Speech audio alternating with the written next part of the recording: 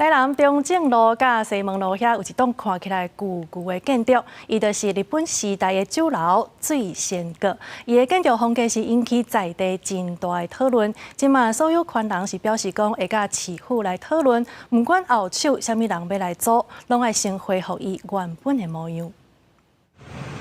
位置真闹热的中正路甲西门路口有一栋看起来真旧的建筑物，毋但建材甲现代有差别，当然当时的漆又搁保留，引发民众关注。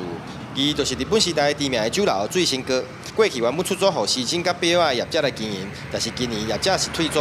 后来讲阁要拆除，嘛露出原本的建筑体，引发外界关注。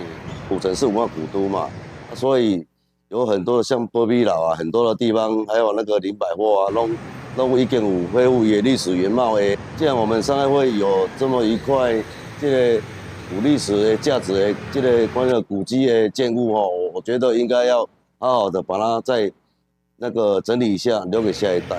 宋俊明是强调，不管向来做，都是爱心恢复原貌才讲。事实上，水仙阁过去有侪处迁移的记录，一直到1932年才搬到西门町，就是现在中正路甲西门路，嘛是当时镇上名流聚会集饭的所在。台湾的料理更是当时上流行的。但是，伫个1945年日本人离开了后，就由台南市商业会接管，原台南州商感经济会一切的产业。现在入面又搁重现历史建筑共存的问题，也搁强提出来讨论。 然后那新闻看起来应该有点惨，然后但是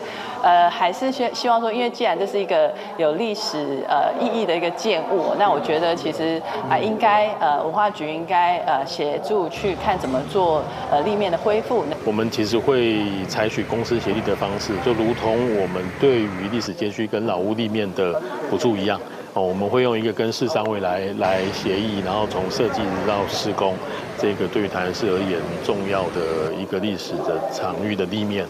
把它维护起来。过去文化局嘛曾经想要修复水仙阁的外观立面，但是因为当初时阁是有业者来承租，文化局这次向业者来沟通，希望会当恢复原貌，但是当时业者无愿意。但是现在迁走了后是有机会，后续嘛阁甲台南市商业会提出讨论修复的可能性。以上政府台报道。